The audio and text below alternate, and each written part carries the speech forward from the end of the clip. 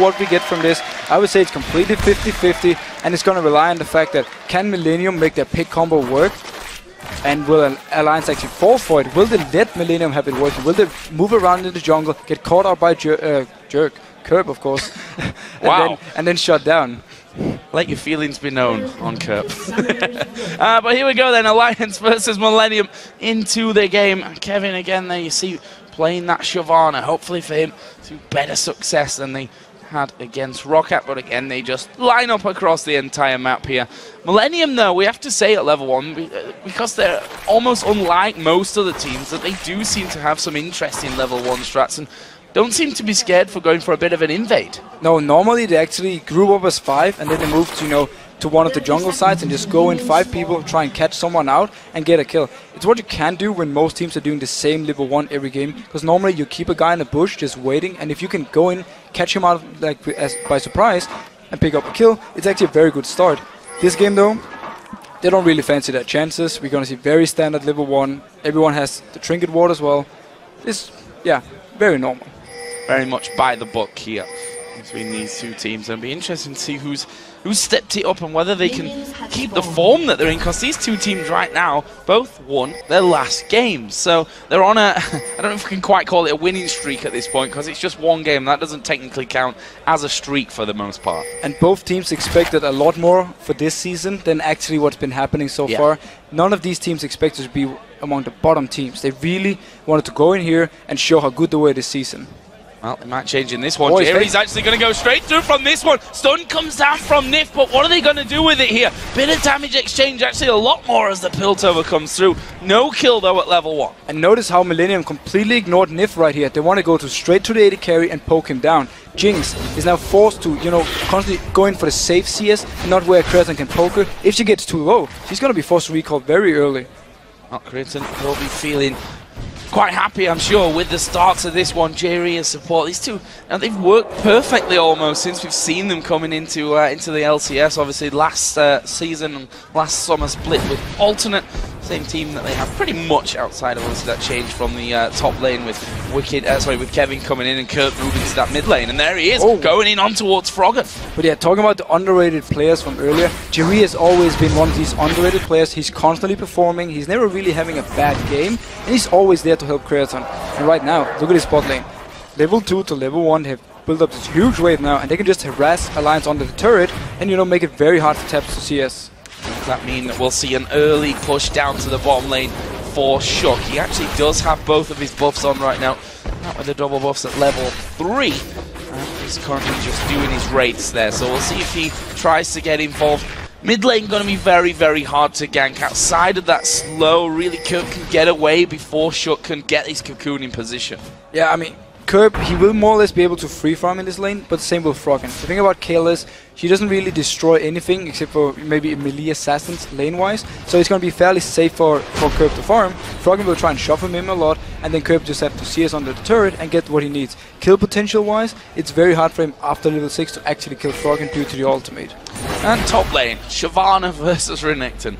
I feel like we've said this so many times, but it is one of those lanes where, you know, they're going to be bullying each other. Wicked's probably going to be pushing Kevin back until the later stages of the laning phase. Yeah, it's more or less you trade. Oh yes, he's going on trade. Well, Creaton's in trouble here. The Jumper's actually getting him locked up, but they've not quite got the damage to finish things off. They sidestep the hook from J-Ree. Creaton not really having what he wanted, but look at this. Aranea is going to be losing out there to Shook. Who is he going to come across for this one? He actually gets Cocoon, but he's already pushed through. Kevin going to dive in there. Shook is going low. Shook's a dead man. First blood comes down, and it might be a second one here. The chains didn't quite have the range from Kerp onto Wicked, but what a first blood. And notice how Kevin, even though he was pushed to his own turret, he moved down before Wicked and collapsed onto Shook, so he had nowhere to go except for trying to flash the wall. Even if he did that, they might have been able to go for an extra hook coming in. Oh, that's a great hook as well. Tab's forced to flash away. Nif doing the smart thing there and stunning up the Caitlyn at that backside of things so that Creaton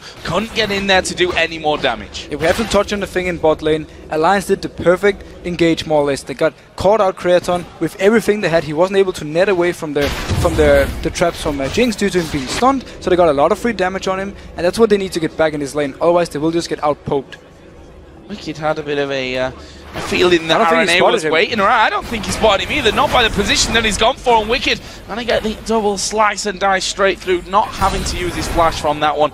And he will just go back off. Wicked, a man who's been over the years used to being camped, quite frankly. But Creaton here is in a lot of trouble. Barrier is in there. Flash was still available and actually will net away from it. But again, taking a ton of damage, using Barrier, using Flash. He's now a prime target for sure. Yeah, Nif and Tabs were completely baiting this one. They actually thought they had recalled, but they stayed in the bush and waited for this one. And as soon as they come close, they went in for it. And now Shook being caught out again. Oh, this could be bad news for Shook, but we do have Froggen coming around the side. There are the chains procking off. He's going to get stunned up. Have they got the damage to finish him up? Yes, they have. Shook goes down. Arena's going to fall as well. That's double buff for Froggen. And Froggen actually turning things around, having a go at Kurt from that one as well. But Kevin is coming down. I don't think they can catch Froggen. And actually Kevin backs off. Shook being caught out again, but differently this time. They killed Arena and they got the double buffs. At this time, Froggen was there to help. He came up together with Kerb and they could fight for it. Kerb was completely that's why he couldn't take down Shook earlier, and they had to sacrifice Arena for it and now give the double buff to Froggen. This means he will be, you know, very comfortable in this lane. And he's now at level 6, which makes the comfort levels even higher for him now that he's got that intervention to basically stop Kerb really doing that much, any critical amounts of damage to him, and being able to actually finish him off from that one. Meanwhile, in the bottom lane, both AD carries back in there now. Both got exactly the same items. Not exactly the same. Boots of speed in there for Tabs as well, but both with the Doran's Blade and with the Vamp Scepter. I actually expect to see Aranir try and put some focus on this bot lane once he hit his level 6 mark. With the Lantern, we talked about it in Champ Select, the gap he can actually close. It's more or less impossible to ward against him, and if they can collapse on either Nif or Tabs, they should be able to take them down. Well, Critton and Jerry are definitely pushing that lane up there as Froggen actually forced to use his intervention there. And Aranea is going to hit level 6. Shook is on the top side. They know where he is. They're going to go for Shook. Actually, Aranea just missed there. He can ult him, and there is the Assault and Battery. Chains go down. They fly in here. They get that kill. Froggen's got no ultimate here. He probably has to back away. He's having a bit of a go at Kerb, but that's not the real Kerb. That's a fake Kerb. Froggen will kill it off anyway, just as a sign of territory. But Shook dies again. But due to Kerb jumping on Froggen at first, he forced out the ultimate, so when Shook came in, there was nothing to save him, and he's just getting out-jungled by Aranea right now. Everything Shook does, Aranea is ready for him and just going on him instantly, getting the kills. And look at that, the blue buff that Froggen, well, I say that Froggen needed, I mean, he does need it because the double buffs that he had there are going to be timing out pretty quickly. You certainly don't want to be losing your buffs, that's for sure, but not really much they can do once Shook is taken down. Aranea playing his positioning perfectly there. He read Shook like a book and was there at that rush on the river before him. Yeah, the general tactic for Alliance have been a lot of Shook is ganking Froggen's lane, helping him out. So right now, Millenium is just countering it. Everything Shook does, Aranea, he's expecting it, and he's nearby spotting him out, and then the entire Millenium just collapsed. They're always the first ones to move in there and get the kill they need. Look at the CS. Aranea on Vi's head in that front, heading kills by a country mile, 2-1-1 compared to the 0-3-1, and more importantly probably at this stage of the game has those boots and mobility on already, so he's able to be where he wants to be that bit quicker than Shook can. Yeah, he's definitely way more mobile at this point. He can also jump the walls due to him being by. Elise doesn't have that option. She can only jump to minions or champions. So a lot more mobility for Aranea, and he's so far ahead in both XP now and items that if there is a fight, he's way stronger and Millenium can win it. Another thing I noticed is the fact that Kevin is completely even with Wicked and CS top 1 advice. Shyvana will outscale the next one, so this is actually very good for him. He's doing a good job. You can see now up at level 8, actually higher level than that of Wicked. He's doing a great job of constantly pushing him out. Got the workings of that Sunfire cape, and look at this, Millenium are actually starting to work their way around by the enemy red buff. That's actually gone. Shook took that just a little bit earlier on. We did see Elise move towards this bottom lane. This could be bad for Alliance if Shook shows himself while they're so close. Oh, they're spotting now, yeah, they're actually moving down. It is warded though with the ping, so they will see them coming. Froggen is also moving down. They're expecting something to happen. And they'd be right, there's a hook coming out and he was nicely repelled away from by Shook, and the Chomper's going to just close off that area completely. Not allow Millenium to get through without sacrificing much, although you know, Aranea and Kerb can both do the jumps over there. Will they go in towards the dragon? There is Froggen. Actually will throw down the slow on towards Aranea. Manages to dodge one, but the chains are going to come in onto him. They've just not got the damage, especially with intervention there. You know that you're almost going to waste things throwing it at Froggen. Yeah, and Kerb already used his ultimate. He need that for, you know, the burst damage. I like the ward though coming out of Millenium. Deep wards from the start, they know they're ahead. They want to make sure to see where Shook is so they can catch him out again and again. If you lock down a target with Vi and then Kerb jumps with it, especially the very squishy Shook right here, there's nothing he can do other than just die.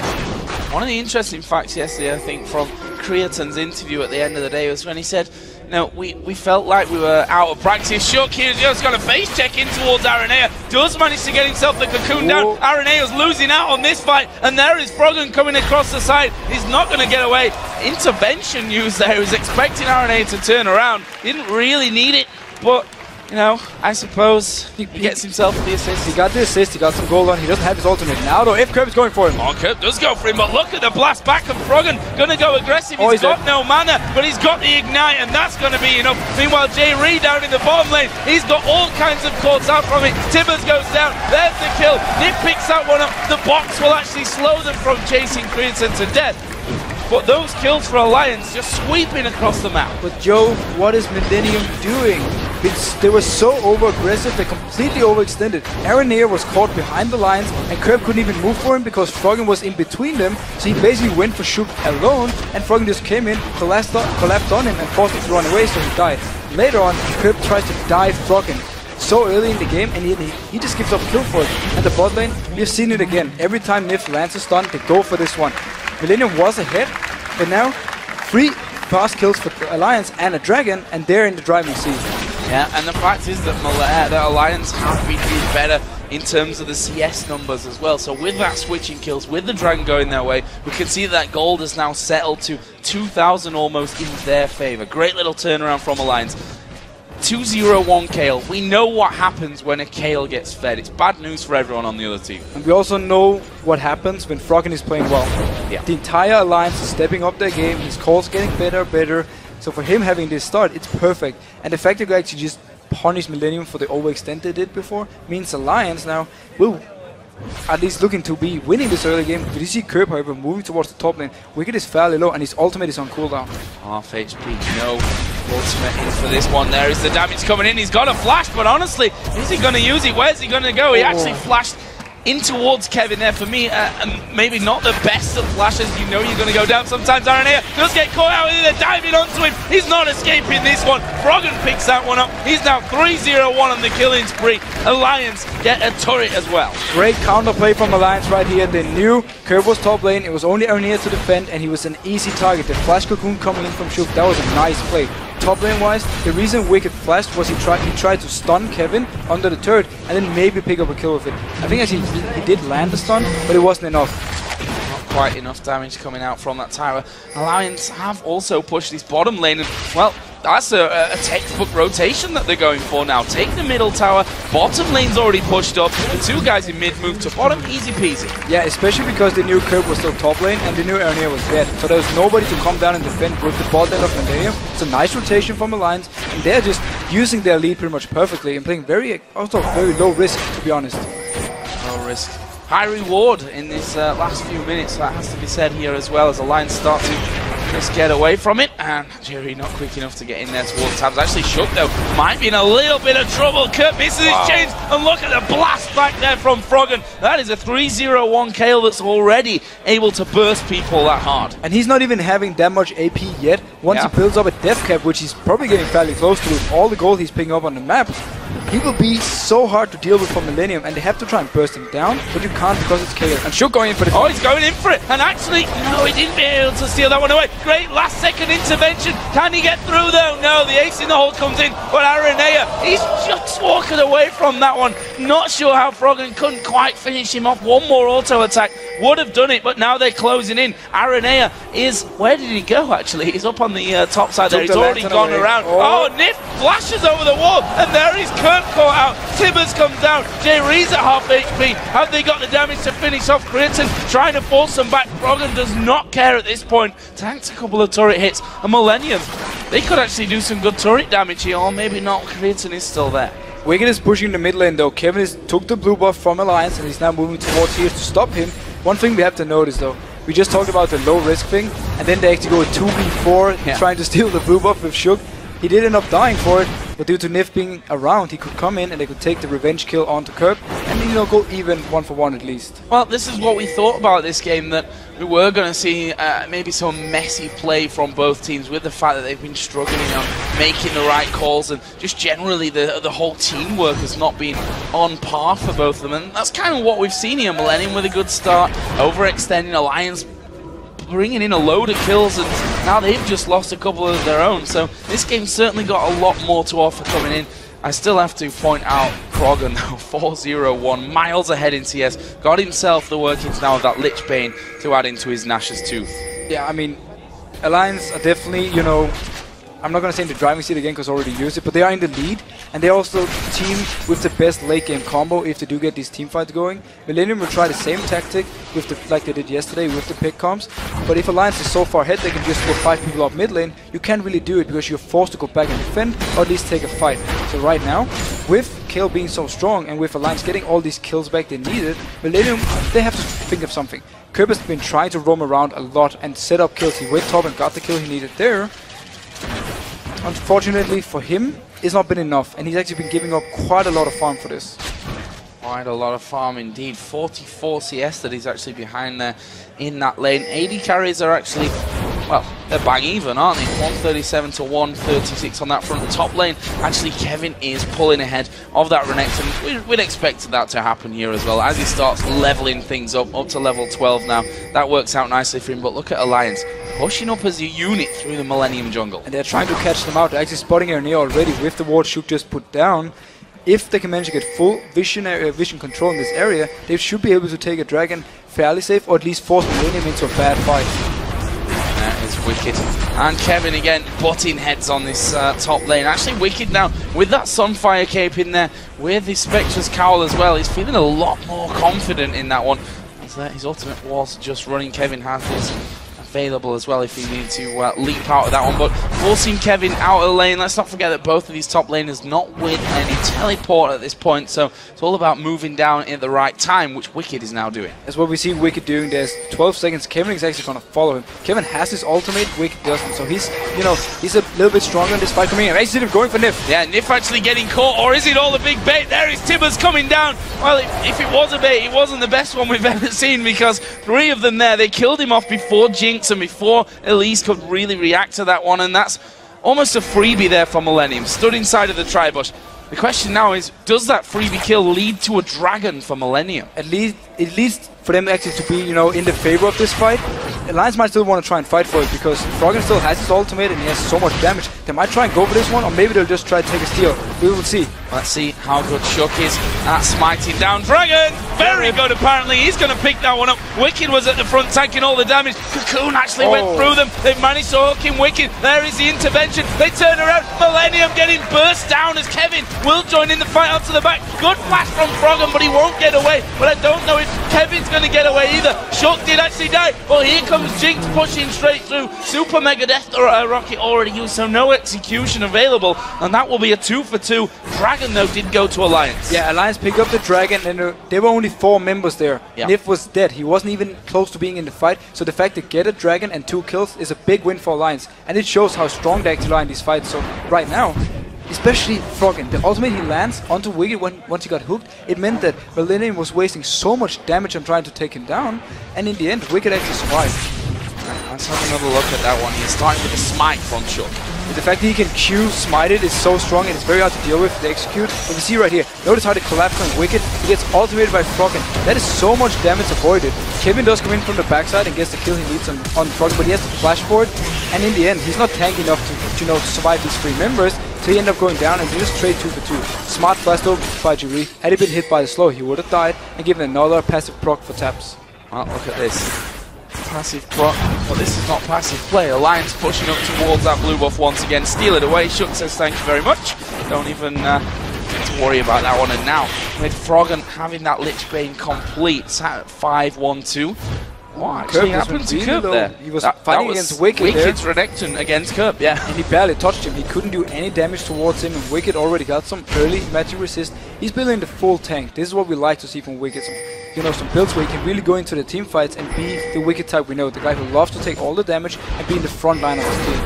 And Alliance is starting to control the jungle here, scanning as they go. There's a red buff for the taking, which will be given over towards Frog on the top lane. Is pushing right up onto the turret. Is Aranea. Oh, traps. Lands straight on top of the Chompers. Wicked, as I said, on that top turret. That's there for the taking. That's not anything that Millenium can stop happening now. And again, such a smart rotation from Alliance, because they force Millenium to move towards the red buff to try and, avoid something happening there. So Wicked was just free to take the top turret meanwhile, and now the rest of the team moved up there and joined him. Oh, Curb going in. There is a full burst, but there is the intervention, and the burst right back at you, Curb. Tabs finishes it off with a super mega death rocket, and that is exactly the danger that we talked about with this LeBlanc against the Kale, that as soon as Froggen sees who he's going for, he'll give him the ultimate and they'll survive it. And this time he didn't even need the ultimate. It was actually the barrier from Tabs. The ultimate came in later. Didn't really absorb any damage of this. Meanwhile though, the damage they can put back on Curb when he's actually going in is insane. You saw the burst from Froggen and then the rocket come in from Tabs afterwards.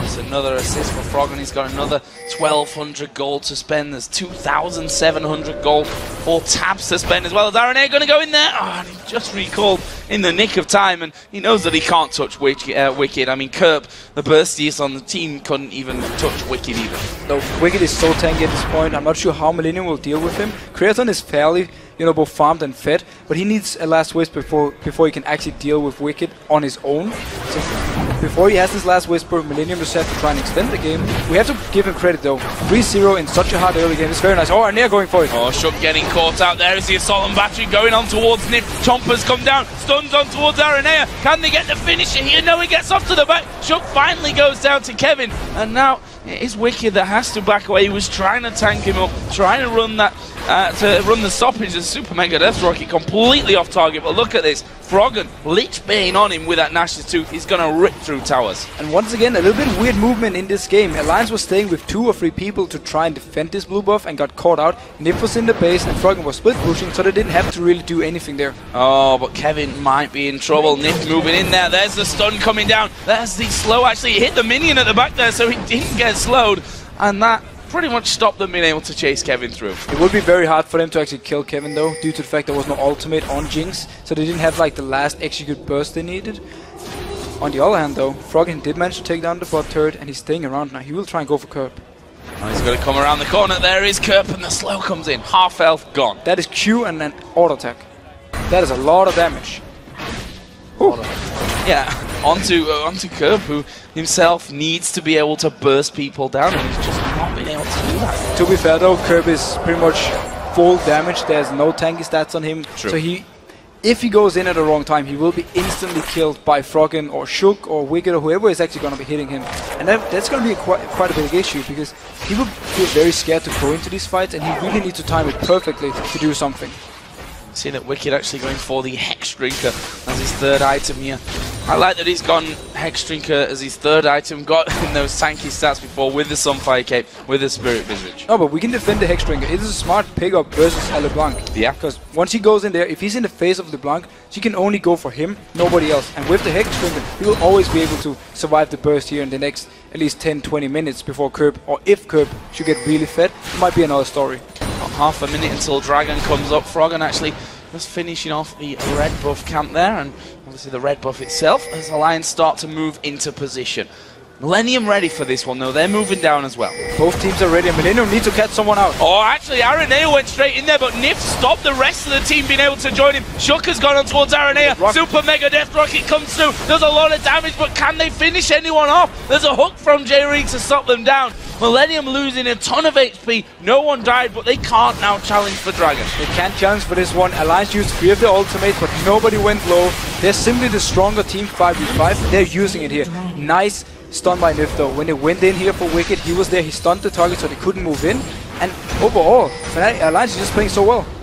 Wicked there tanked up the turret, and well, it doesn't matter. Arenea's going down from this one. Assault and battery was used, but look at how much damage he's avoided. Finally, it finishes off, and they're able to get in there, get that kill onto him. Shook has gone up in the air as well from the rappel. He finally comes back down. Turret's going to go down. He will fall to the ace in the hole. J-Reed's low, and look at Tabs ripping through them there from that backside. Not quite enough damage to finish off. That's a 2 for 2, but an inner turret went down, as well as obviously the Dragon just before. But it was a very risky dive by Alliance. They didn't have the ultimates they needed. There was was no tables, you know, to come in. The rocket from Tabs was not available as well, so they kind of went in with only the ultimate on Froggen, and still they managed to trade 2 for 2 and get the turret they need. It just shows, you know, actually how far ahead Alliance is due to the fact that combo, teamfight-wise, is so much stronger than Millennium's.